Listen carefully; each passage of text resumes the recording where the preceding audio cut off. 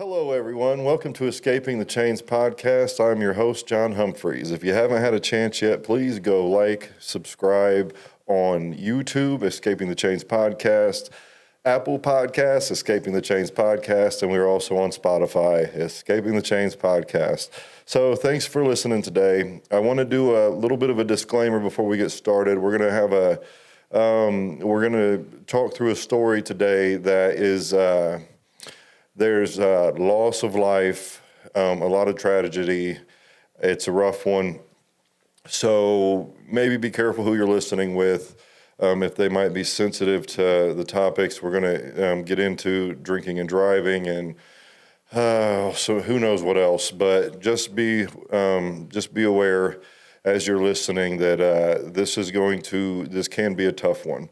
So like I said, I'm your host, John Humphreys. We have Kaitlyn with us today. Hello, Kaitlyn. Hello. How are you doing today? I'm well. How are you? Good. So just tell us a little bit about yourself before we start digging into the story. Okay. I'm Kaitlyn. I grew up my whole life in Blackford County. I have now 3 children. Jensen, who would be 7, Emma, who is 4, and then Jake is 5 months old. Okay. So, I guess let's just start like you would telling your story anywhere else, because some of us have heard it once you did the Friday night service, but let's just kind of start to walk through that, and then we can just go from there. Okay. Growing up, my mom was an addict, and she's been sober for probably 9-10 years now, so that's awesome. Yeah. And just seeing the darkness in her and seeing how she was just not the person. She wasn't my mom, you know.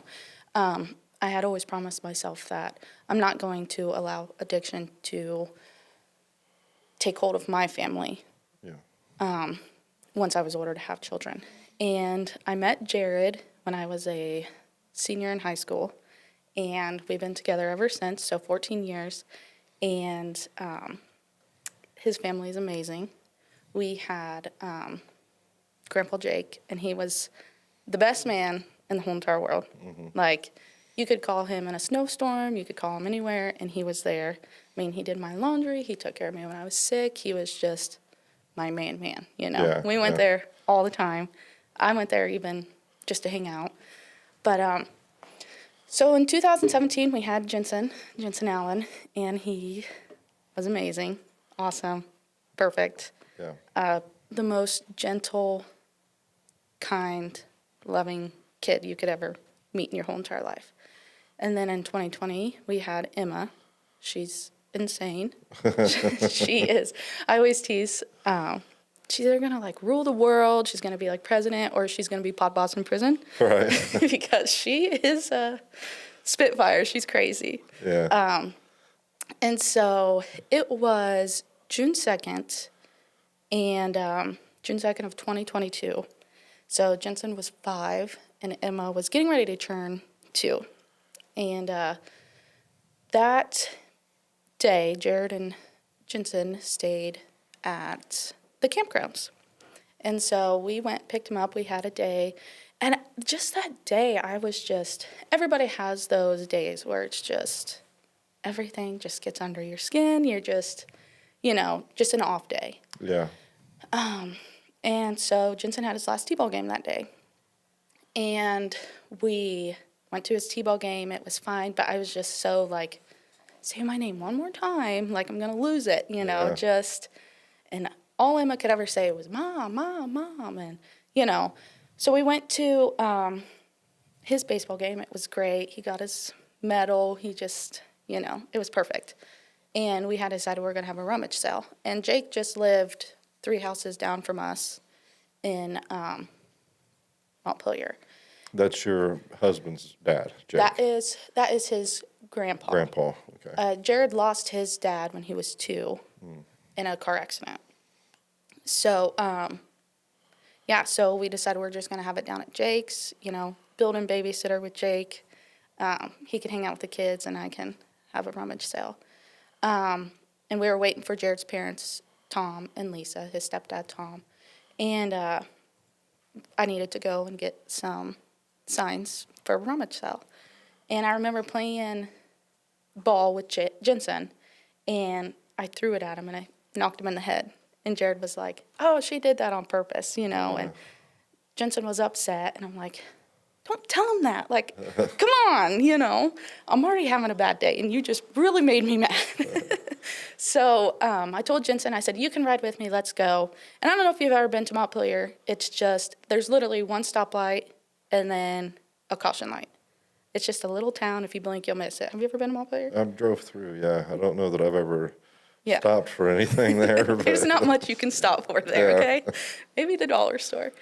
So me and Jensen, we rode up to the dollar store, and I remember telling him, I said, I didn't do that on purpose, right? And he said, yeah, Mom, I know. And I said, I would die for you. I love you so much. There'd be nothing that I wouldn't do for you. I would never hurt you. I would never anything. And he said, I know, Mom, kind of normal 5-year-old stuff. So we go into the dollar store, we get what we need, and we're standing in line, and he's like, I really got to go to the bathroom. I gotta go. And I'm just blowing it off. I'm like, come on, man. Like, we're trying to hurry up. We're trying to get out of here. I have stuff I got to do. And when you go to the dollar store, they have to give you a key, and you have to do this, and you have to do that. And I was like, you can hold it. It's fine. Come on, I wish I would have taken that time, because right after we got back to Jake's house, a drunk driver drove through Jake's house from behind. They drove through the back and out the front and killed Jensen and my grandpa Jake, and injured Emma and injured Jared, my fiance.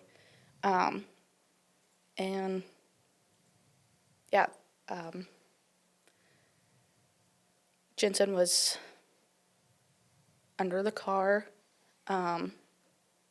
Jake was literally getting ready to walk inside. He had the door open, and she came through. And I remember telling Jared before it happened, we heard this loud noise. And I don't know if you've ever heard like a tire blow or on like a semi or anything like that. That's what it sounded like. And we're both like, oh man, someone just blew a tire. And I remember thinking, I need to get the kids over here just in case something were to happen. And then it was just a blink of an eye. And I don't remember seeing anything else. I just remember seeing Jared fly through the air, because he was the one that was hit by the vehicle. And at first I was thinking, oh my gosh, Jared, like, oh my gosh. And then it was my kids. And I remember screaming and searching. I had to dig under debris, and I remember finding Emma. I had to pull something off of her. I don't know if it was like shingling from the house. I don't know what it was. And she was laying there. And she was just, I can't even explain it, like just folded in half. And I remember just screaming for help and begging people to take Emma so I could look for Jensen. And I seen him underneath the vehicle. And the lady who was driving the car got out, and she looked at me and was just saying, I didn't mean to do this. What did I do? What did I do? What did I do? And it was just, I was saying the most mean, ruthless things to her. And, I remember just sobbing and just, this isn't my life right now. Like, wake me up. Wake me up from this misery, And I remember just begging people to take Emma. Please take her. Please take her. And no one wanted to touch her. No one would take her. And I don't know if they just didn't want me to get under to get Jensen. If they, it was just chaos, pure chaos. It's like, it's like a bomb went off. Yeah. Like, just chaos everywhere. Every debris, the fridge, the stove is in the middle of the yard, and it's just, I remember begging, a bystander stopped, and I remember begging him, like, get a jack, get the car up, like, come on, get him out, come on, please, hurry. And the ambulance came, and they made me come into the ambulance with Emma, and I couldn't remember my dad's phone number, couldn't remember anybody's phone number. I rambled off some numbers, and I couldn't find my phone. And these days, you don't remember anybody's phone number that's Right. in your phone. And I rambled off a phone number, and actually it was my best friend's dad. And I said, is this Braxton? And he said, no, this is Rick. And I said, Rick, I need you to call my dad and tell him that I need him, I need him to come here. And Emma, she was going in and out of consciousness, and she just kept saying, Mama, Mama, because that's the only thing that she could say. And it's like, now that I think about it, like those precious words that a couple hours before just got on my nerves, like, please stop saying that for 5 seconds. Like, that's all I wanted her to say. I wanted to make sure that she was okay. And Jared, he was knocked unconscious, and I kept screaming at him to wake up. And he would try to get up, but he just would fall back down. And he finally came to when we were in the ambulance, and he would run over to the ambulance, and he would say, where's Jensen? Where's Jensen? And I would say, he's under the car. He's dead. He's dead. He would take off running, and he would look under the car, and then he would come back. Where's Jensen? Where's Jensen? He couldn't remember. It was like just a minute, all the time. I don't even remember how many times that he came back. And during that time, I didn't know this at the time, but they had arrested Brandy, the lady who was the driver, and she escaped of the car and took off running. And so they had to, I think she probably got maybe a football field away, maybe, and they finally caught her and they brought her back. But Emma was lifelined, and Were you with her the whole time? yes, I was able to fly with them. At first, they said that I wasn't going to be able to. Mm-hmm.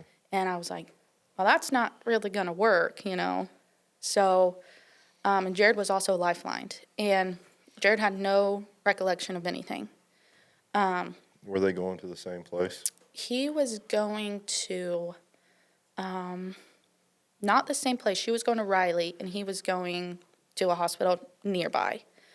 And so Emma wasn't breathing on her own when they got in there, so they had to intubate her. And I'm telling you, when we got there, I could not speak more highly of Riley Hospital. We had an armed security officer follow us, or I say meet us there. He took us down to the emergency room, and it was like a well-oiled machine. It was like there was probably 20 nurses and doctors in there, and it was just everyone had their job, and they knew exactly what to do, and it was just, And I remember this girl coming up to me, and she said that she was, she worked for, I don't want to say human resources, but something. I don't know. And she said, do you have your phone? And I said, no. And I said, I need you to find out about my son.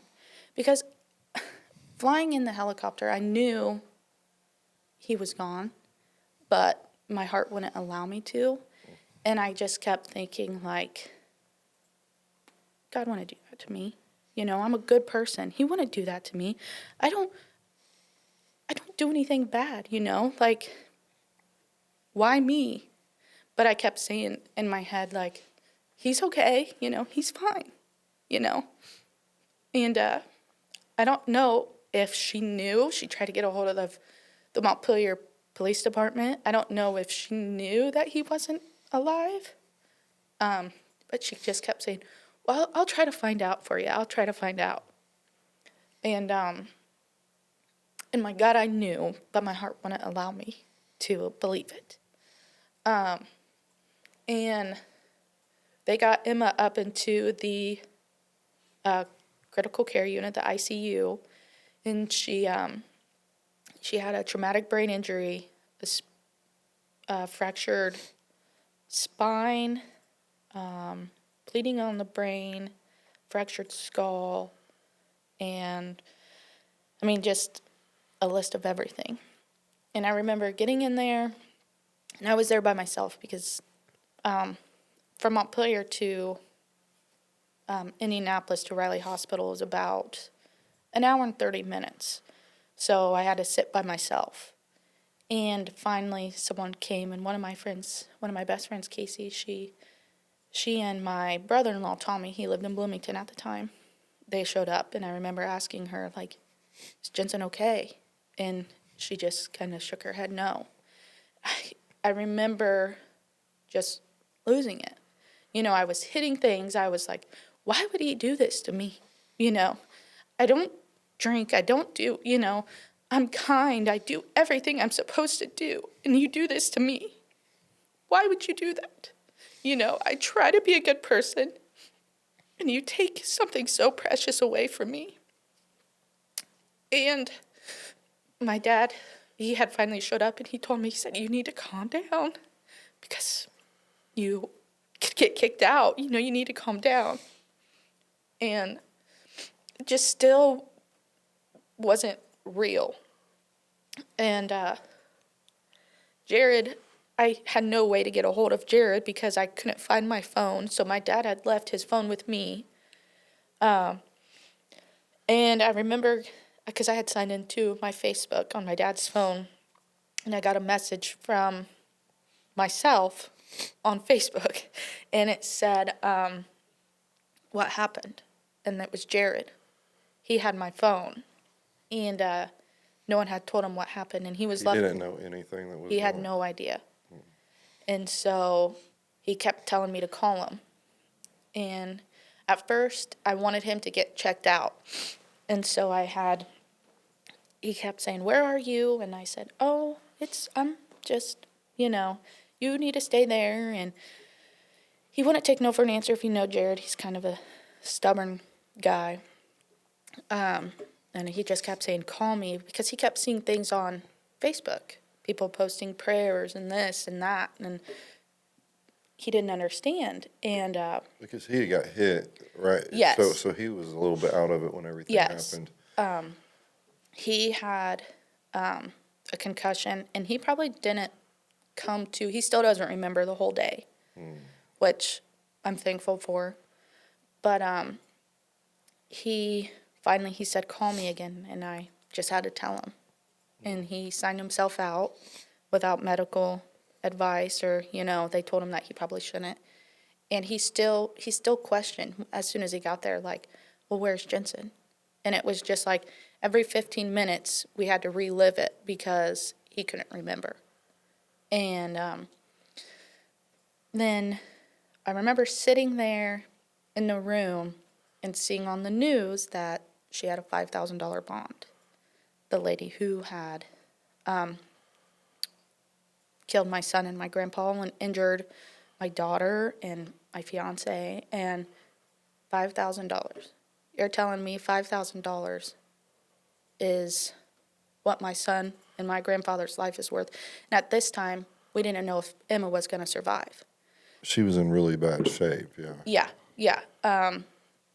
Jared told me later, he said if he would have had his own vehicle there at the time, he said the first time that he seen Emma, he would have left and went and killed himself.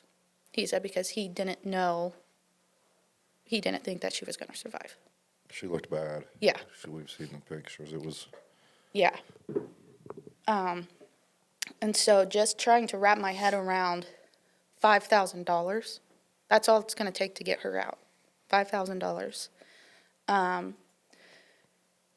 And if you know my dad, you don't mess with his family. Mm-hmm. He will go to war for his family. And so they started rallying, and they raised it to $50,000. And so it was all over the news, and it was just like nowhere could you escape reality at that point, It was everywhere. Yeah. We had newscasters calling us, and it's just like I can't even wrap my head around what just happened and you guys want me to talk about it. And I also wanted to protect Emma's privacy because I think she deserved it, Yeah. you know. And I wanted her to heal, and I wanted her. So she finally woke up, and she couldn't move the right side of her body. And so she couldn't eat, she couldn't talk, she couldn't do anything, she couldn't walk, so she had to relearn all of that. How long was it before she woke up? Honestly, I want to say it seemed like forever, Yeah.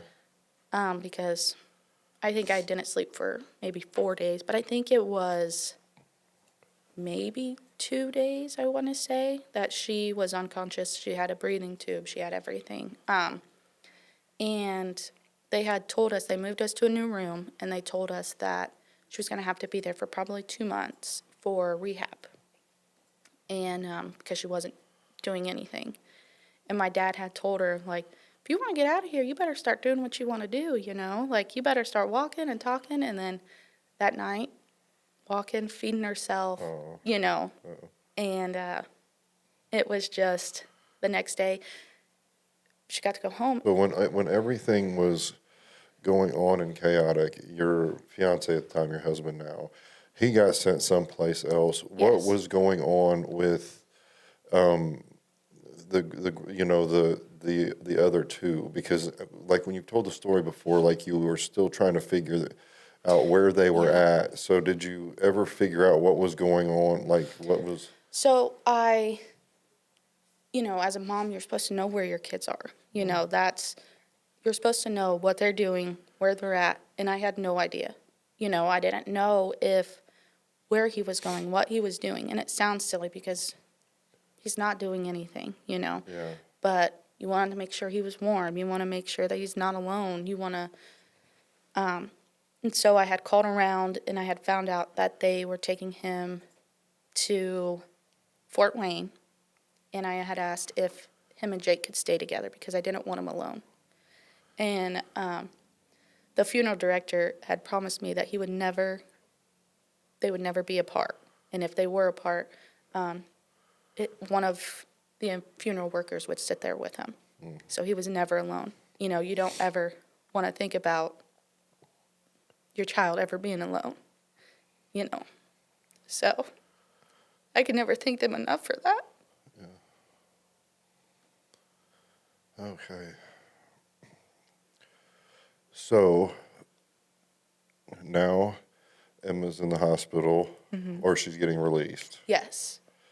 So she got up pretty quick and Yeah. kind of rebounded from everything. Yeah. And when the therapist and the doctors would come in, they were like, "Is this the same girl that was just not doing anything yesterday?" And I'm like, "Yeah." And then it was either that day or the next day they released her and she got to come home, and it was a breath of fresh air because, you know, how do I leave Emma at the hospital to go be with Jensen, you know, for his funeral? Do I leave her to go say goodbye one more time? Or, you know, and that's not a decision as a mother or parent or anybody you should ever have to make, you know. And so it just worked out that Emma was able to come home and we didn't have to have that worry of what I needed to do. So I think as a parent, like this whole story, like there's so much heartbreak in it. And I want to touch before we move on. If you're listening, the decisions that you make can have such an impact. And we talk about it a lot on here. But your decision can have an impact that on so many people's lives, and sometimes it can be a horrific nightmare of a consequence, and not even to yourself, to other people. And we talk a lot about on here. We cover alcoholism and addiction a lot, but you know, if this story impacted you, or if you find yourself drinking and driving and things like that, reach out, get help, and stop that behavior, because you can do this 100 times in your life, 500 times in your life, but one time can have like I can't even explain the level of consequence this is, to be honest with you. You all just heard the story. So it's heartbreaking, it's awful, and it's something that will stick with people forever. So if you're, if that is a lifestyle that you, or something that you're doing in your life, I would suggest reach out, get help, and and don't do that, because your decisions can impact so many different people in really bad ways. This is a unique story, but it's not a unique story in the sense of a lot of times we hear, and I don't know, do you have people reach out to you ever? Or? Yes. And I always say, like, when you get a new car, you pull it off the lot, you think no one has it. Yeah. On your way home, you see 3 other cars just like yours. And so you don't, it happens all the time, drunk driving and everything does, but it doesn't affect you until it happens to you. And then you realize how often it truly does happen. How often someone is drinking and driving, and how often someone gets hurt from drinking and driving. And I know of another mom I think in Fort Wayne or something. She had lost her son just a couple months after me from drinking and driving, and it's just such a selfish act to do. How easy is it to just call someone, walk home? Yeah. And so I try to advocate for that. Yeah, and you have, right? Like Yeah. you've had situations where you are advocating for, because, like, I don't want to name any businesses, but wasn't there with this situation, and maybe we'll get to it in a minute, but she might have been overserved someplace. Yes. Yeah.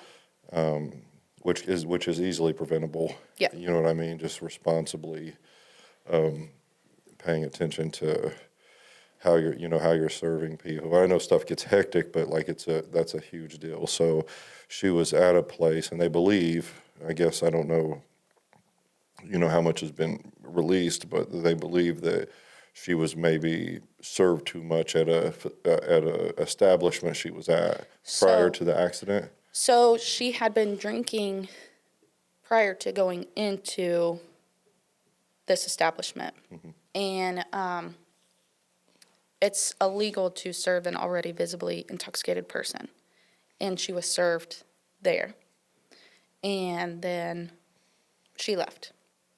So I think when you're a bartender, you have something, you have to realize, and you have to be responsible enough to realize, like, probably shouldn't serve that person, and they didn't hold any accountability for that. Do you feel like you've been heard on that front? Like, how do you think that's going? Because I know you brought it up. Yeah. You know what I mean?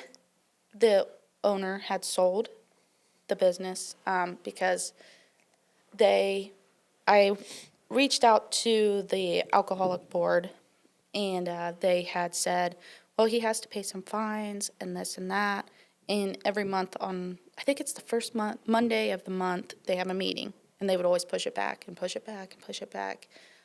So I can't remember when we started it. I want to say it was September or November, and then we didn't get it established until the following June.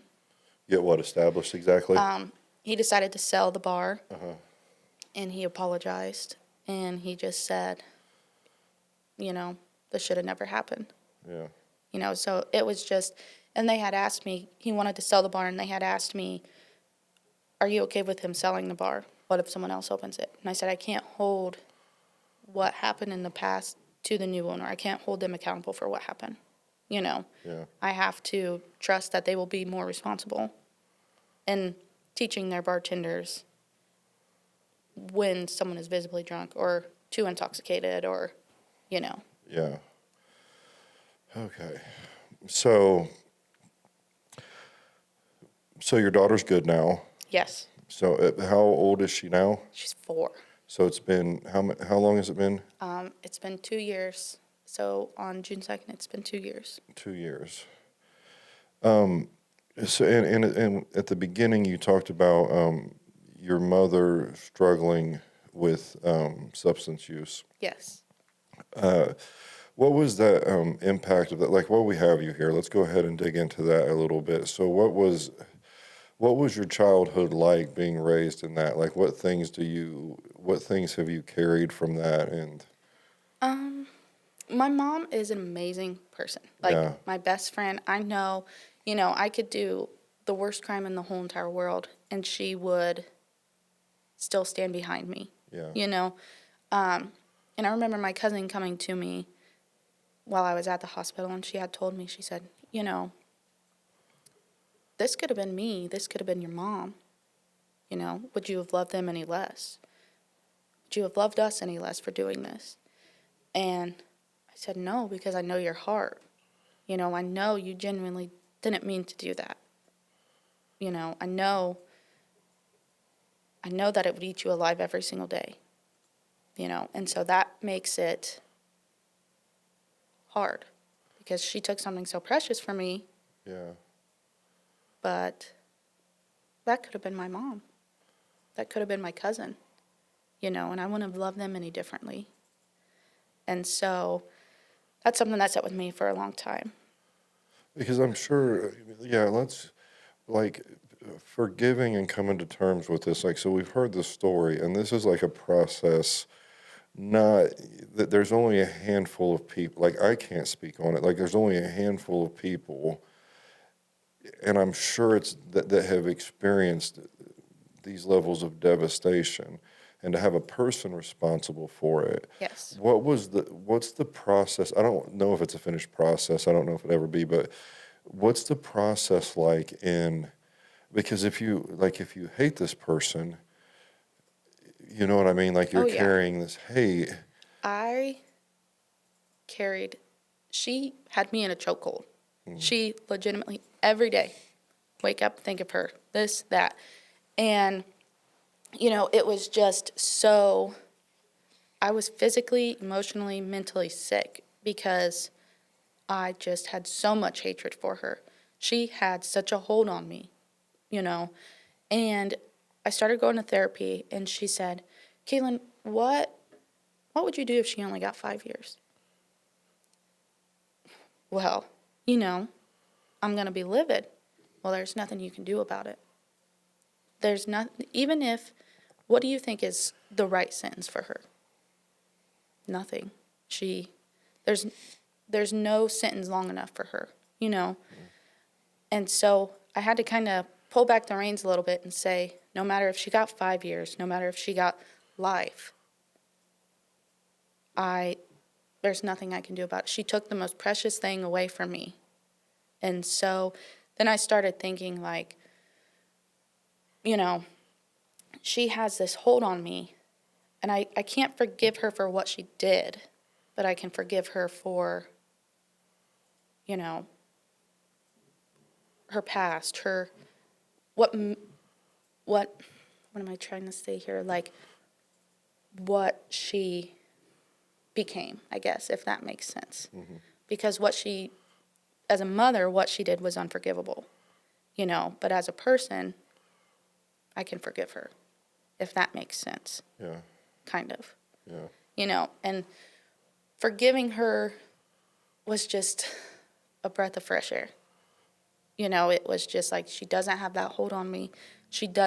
I don't get up in the middle of the night and think about her. I don't, what happens to her, and I don't have control over it. Yeah. I don't have control over if she's going to get 10,000 years. I don't have control over that. And so I just had to let it go. And that's hard as a parent to say, let it go. Yeah. I guess I should say, let her go. I had to let her go. And I think that's one of those things, like, you don't know like, if you'd have to be in a situation to have any idea. Thank goodness for some therapists, because they have the liberty to say things like, people are probably tiptoeing around you, like, you know what I mean? I don't have a word. And it's just like, and I can't explain just when you can finally say, like, I don't care, She's where she's supposed to be. And nothing, no amount of time, no nothing is ever going to change what happened. But you have to move forward. And wouldn't the prayer be like she has some kind of a moment where she can actually impact somebody else's life while she's on this Yes. earth, you know what I mean, and maybe stop them from doing what she did? Because she had, you know, she has a unique voice in that too. Yeah. To maybe she comes across somebody and something she says to, you know, if she gets right. And I hope so. yeah, But she has no memory of anything that happened. she doesn't. No. Have you had any interaction with her? When we went to court, I got to give my my speech, or, you know, I got to talk to her face to face. And the first thing I asked her is if she remembered me. She told me no. And that was kind of a punch in the gut, because it's like, I see you every day. You know, I close my eyes, I see what you did. I can't even live in the same house for what you did, and you're telling me you don't remember me. You don't remember anything, you know, and you are etched in my brain forever. Yeah. Well, she went through the whole house, right? So The like whole that house. had to be, Yeah. yeah, that was quite you know, just from the impact. Yeah. So has she been sentenced? She has been sentenced. She got sentenced 57 years. She has to serve 75% of that, so we're looking at 43 years. So, of course, never long enough, but I have to accept it. Yeah. There's nothing I can do to change it. Do you ever see yourself having any interaction with her? I think now I could maybe talk to her, but, you know, and there's some days that I still hate her, Yeah. you know, but then I have to remind myself that she can't have that power over me anymore, Yeah. you know, and I would just, I don't know. Yeah, I guess it depends on the day if I could speak with her or not, Right. you know. Depends on the day. Okay, so like when when everything was happening, you were kind of questioning God. And another thing I wanted to touch on is like how has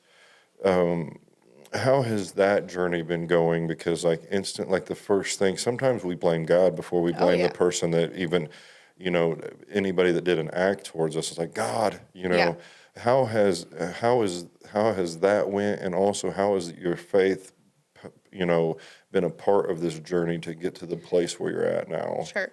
So I was mad at God. I didn't understand. You know, like I said, I had been such a good person. You know, I don't do anything. I'm kind, you know. Everything that you're supposed to be, I was. And then I finally had to sit back and think, because December before it happened, Jared had tore his ACL. He was off work until June. And in that time, we got to spend together. He was off work, you know, we got to spend that whole time together as a family. You know, we got to go to Disney World. We got to, and when we went to Disney World, we traveled. You know, we got to drive a little bit and stay somewhere and drive somewhere and, you know, all that stuff. And so we really got to spend that family time together. And so now that I look at it, it's like, you know, thankful for that. Yeah. Because in those 6 months, we got all of that time together. I don't know if that was God's doing, you know, but for a while, it was hard. You know, you're so mad, you know, and to be honest, he's the easiest person to put up with, you know, to give it to, you know, like, or to blame. Yeah. Because he's supposed to be this wonderful man. He's supposed to do these great things. You're supposed to protect me, my family, and then you do this. You know, my friend had told me, that's the devil's work. That's the devil's work. He's trying to push you away from God. You know, he's trying to say, he didn't help you. Look what he made happen. Look at all this, you know. He's trying to steer you away from God. And that really hit me hard, you know. And I can't let him win, you know. So, And I just know I have to have the faith because I need to see Jensen again. You know, I have to see him. And if that's the only way that I'll ever be able to see him again, I will believe until the very last breath, you know.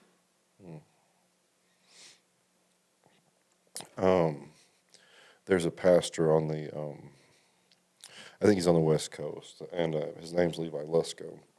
Yes. Yeah, and so you've looked into some of that stuff. Yes. I think when you came to Friday night, we had discussed that a Yeah. little bit.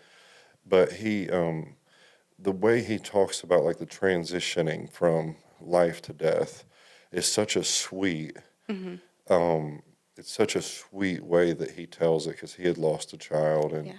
he was like, it's like when you pull up at the house and then you wake up and you're in like your bed, like when you were a kid, your parents Yeah. carried you in, and you just wake up and you're in the most comfortable, safe place. Yep.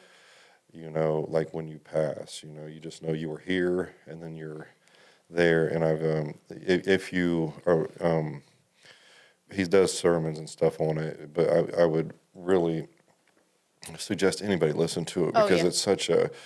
it's such a sweet way to communicate such a like painful thing. Yeah. You know what I mean? There was one that he said that life is like camping. You're camping. People have better tents. Some people have these luxury campers, but we're all going home at the end. And home is heaven. Yeah. We're all just trying to go home. Yeah.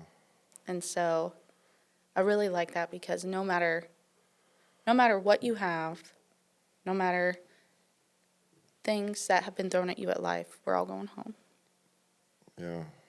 And if you're listening, you have a say in which, where Yeah. you're going. And I think people don't say that enough, but like we have a say, like we really determine which direction we're going to go. Yeah. And, I could choose to be bitter and choose to, hate everything. But what kind of life is that? Yeah. And if it wasn't for Emma, I don't know if I would be so optimistic, because she saved me. Yeah. But I also have to live for her. And ultimately, I have to live for Jensen, too. Yeah. And you have something else. Yeah, I have a new baby Jake, and he's awesome, after Grandpa Jake. Baby Jake. Yeah. That's great. So, so you said that Grandpa Jake was the type of dude that would do anything for anybody. Oh, and, yeah. He seems like an amazing guy. And then, like, is there anything you'd like to tell us about, like, Jensen and just, like, how he was? I know you did a little bit, like, going into the story, but just, like... I mean, if you knew him, you loved him. Like, he could brighten anybody's day. If you were just having the worst day in the whole entire world, you go to him, your day's better, and just, he was silly and sweet and kind, and he never, would ever hurt a fly, and so I try to live like that as well now, like, just to be better like him. Yeah. Live like Jensen, or love like Jensen, because he loved everything. Yeah, I remember, like, when it happened, I had no idea who you were, but there was just stuff. Yeah. Like, there was no getting away from it. It was like, what is No. this? Just like, it's just such a, awful story, but so, just so random too. Yeah. Like, oh, you're just having a regular day. It's literally like a movie. Yeah. And some people just don't believe it, or if they say, like, and I still kind of, when someone asks me, like, oh, how many kids do you have, and I'm like, well, I have 3, and I tell them, and they're like, well, how old's, your son, Jensen? And then it's like, well, he would be 7. You have to open that. Yeah. You have to, do you choose to talk about him, or do you just kind of not? Yeah. And that's a hard thing, because then you open up the book of, oh my gosh, and I don't ever want people to look at me, because I felt for a long time that people tiptoed around me, And they probably were. Yeah, I'm still. I wouldn't know. I wouldn't have any idea. Yeah. I wouldn't have any. I had a pastor give me really good advice one time, when somebody I knew had lost somebody close to them. He said, just let them know you love them and be normal. Yeah. And if they want to talk, and that's been helpful as I go through it. But like people have no idea. Yeah. And, it was just kind of like, I'm still me, And in the instance, I felt bad for smiling or laughing. And my therapist said, who cares what they think? Who cares? Laughing is good for you. Just for a moment, you're laughing rather than hurting. Yeah. And so just who cares what everybody else thinks? They don't know your heart. They don't know your pain, and I think that helps a lot in healing. Just to do it on your time. Yeah. And to not care what Joe says or, anybody like that. Well, you're supposed to act like this because you lost this or you lost your son. It doesn't matter. Yeah. It doesn't matter what you say. And you still have other people depending on you, right? Right. Like, I think that's the thing is like as a parent, the first time I heard you tell the story, first off, like I had no idea. I had the idea of the story, Yeah. and you started telling it. We were at service, and I was in the back, just like bawling, like I Yeah. can't even.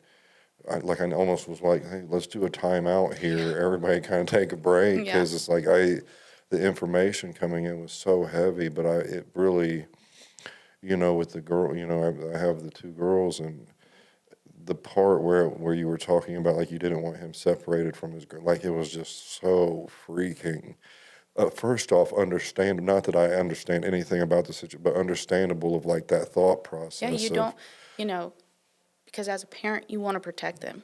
You want them to be safe, And so all I could think about was he's laying there by himself, Yeah.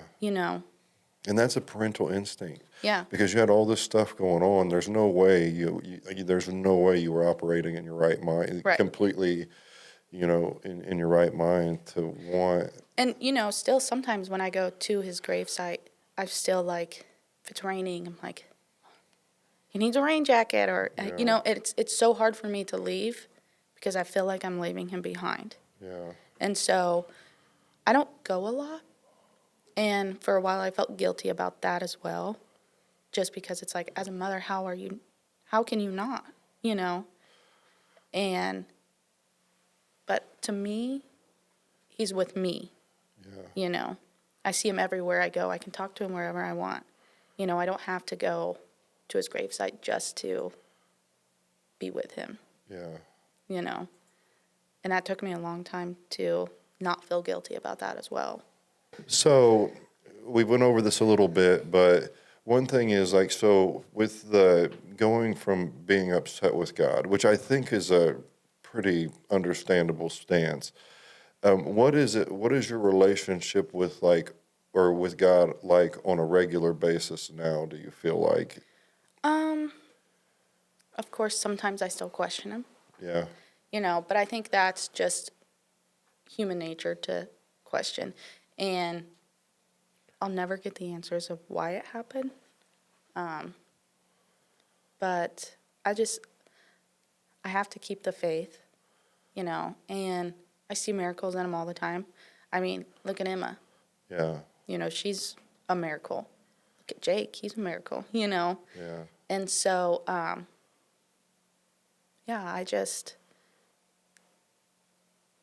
sometimes I'm still bitter and angry, but I choose to know that,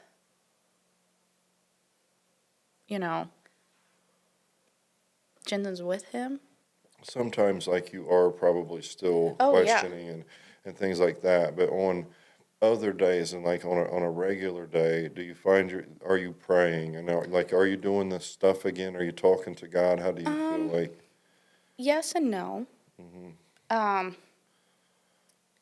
guess I do talk to him and I do pray and I do, listen to my music. My best friend Casey, she sent me her playlist, so I can always listen to some music, and that helps me.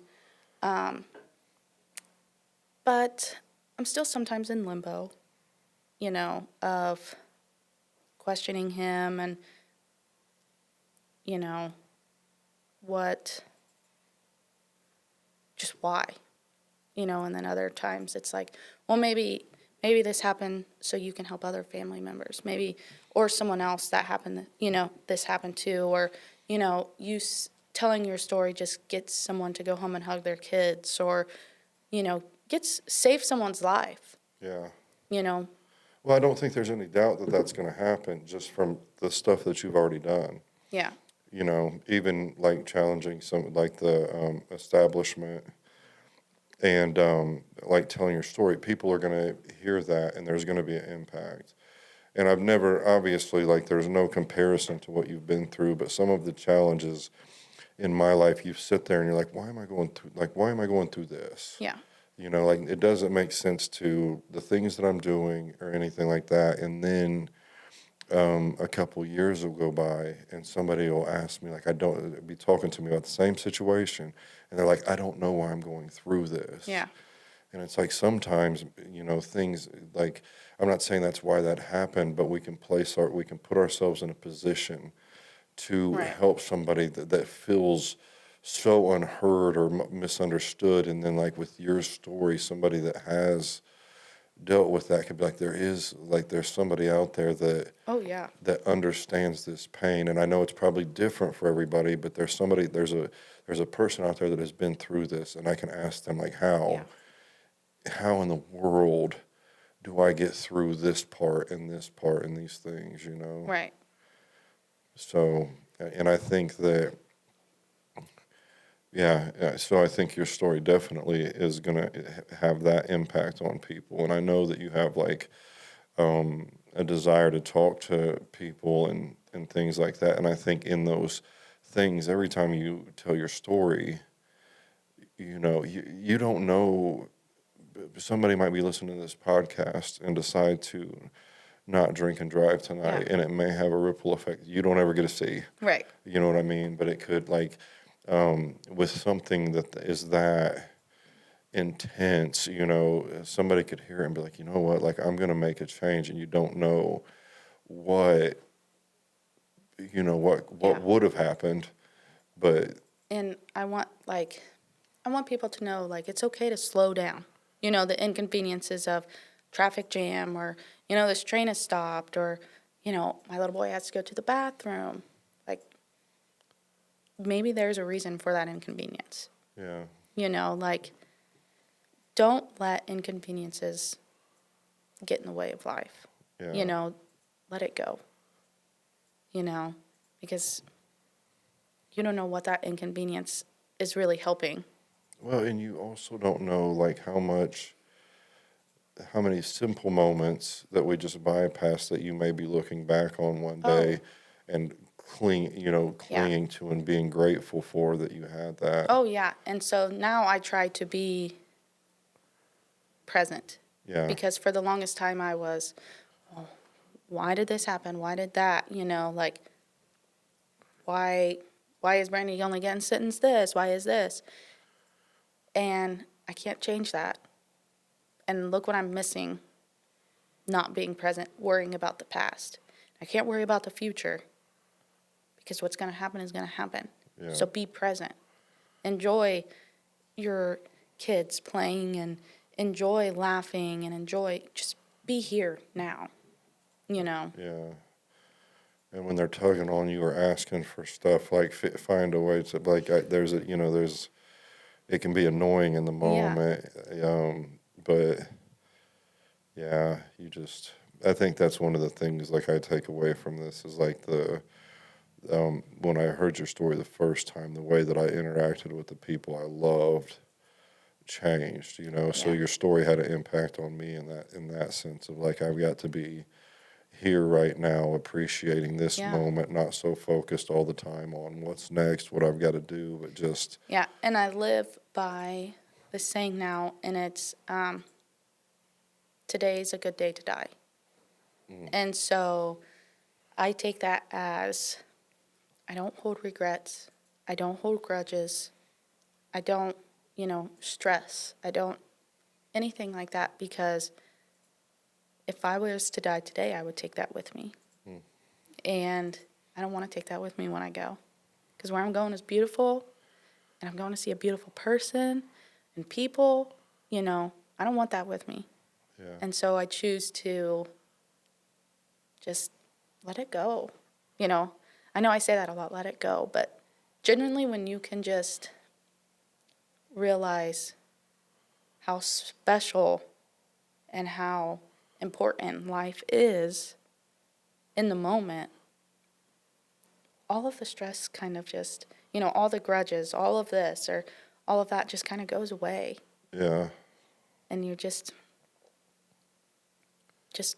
free, It can be peaceful. It is. It's so peaceful. And just knowing, like, I'm not carrying that with me when I go. Yeah, I've been through a lot of processes recently where it's like I'm going to take control of my own thoughts, which Yeah. is an absolute nightmare, even though it Yeah. shouldn't be. But it's like when stuff is not getting to me anymore, I can sit there on my porch or with the girls or whatever the situation is and be I feel peace. Yeah, it's just a peaceful. And it's not that I don't want to sound like, I battle every day with, missing Jensen and what could have been and what this, but I choose not to let the past eat me alive, to have such control over me, because you can't live life like that. You just have to, before this happened to me, I would ask, like, oh, if I ever lost a child, I couldn't survive. But you do. Yeah. You have to. Especially if you have other children, you have to. Even though you don't want to, you have to, because how selfish of it would it be for me to leave Emma and to let her think that she wasn't good enough for me to stay. So you have to move forward and you have to find a way. You have to find a way to survive. And if that's going to therapy or throwing yourself into the Bible and everything like that, you have to survive. Yeah. So, if you could say one thing to a mother or a parent that is facing something similar to that, the kind the loss of a child, what is something that you would say to them? Well, that's a good question. Let me think about this for a minute. Okay. It is the darkest of dark. You are going to feel like you want to die because, your heart was literally ripped out of your chest. That's how it feels. And it is the most, I felt when I was going through it, I felt like I was just, it was like an out-of-body experience, And so I would say, take your time. And if you're allowed to heal for as long as you want. You're allowed to grieve for as long as you want. Because I think people put a timeline. It's been 2 years, get over it. You're never going to get over it, And so if it takes you 6 months to go back to work, it takes you 6 months. If it takes you 2 years to, go to their graveside, it takes you 2 years. Take your time. You're not on anybody else's timeline besides your own. It's going to hurt, and it's going to suck, and, there's going to be hard days. And I hate the saying of it gets easier with time. I don't want to say that it gets easier with time. It's just because the hurt is still there. The hole is still there. Pain is still there. But you just kind of learn to live with it, And you miss their laugh, and you miss their smile, and their scent, and, everything like that. But you just cherish it.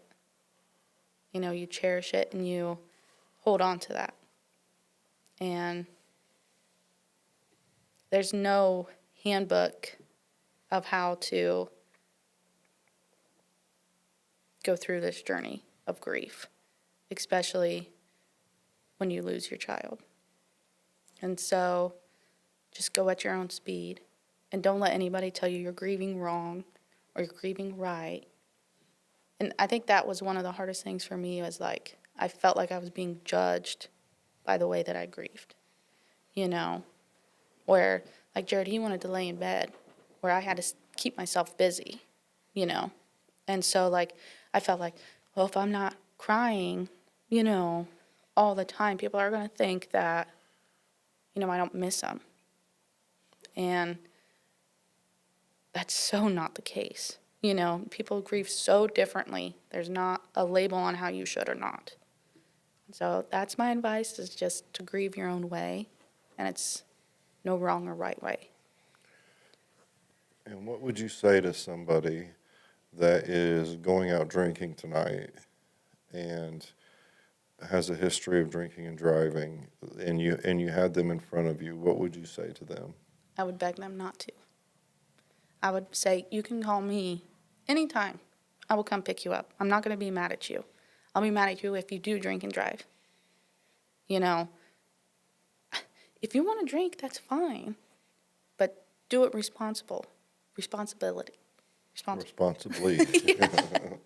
You know, do it responsibly, you know, because that's so selfish of you. Because not only are you harming someone else, you're harming yourself, you're harming your family. You know, it's a domino. Yeah. You know, call me, call your mom, because they would rather have a phone call of you to come pick them, from you to come pick them up, rather than, you know, the police calling, Yeah. saying that they lost you or you're going to jail because of this or that, you know. Yeah. Just think before you do it. Walk home. Yeah. And what, you know, my stance is just work on stop drinking, because just because of the background that I have. Right. Is if you can't, you know, I mean, if you're at a place where you feel like you need to drink and drive, like you're probably at a place where you need to seek out, you know, some kind of understanding of like why you're operating this way, and having a better understanding of it.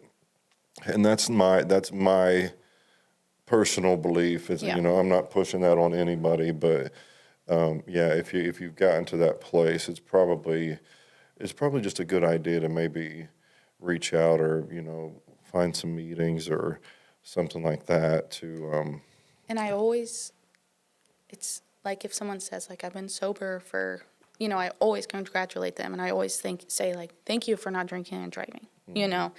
And I know I work with the Blackford Sheriff's Department and the Hartford City Police Department, and they always think if they pull someone over, they always thank them for not drinking and driving, you know. And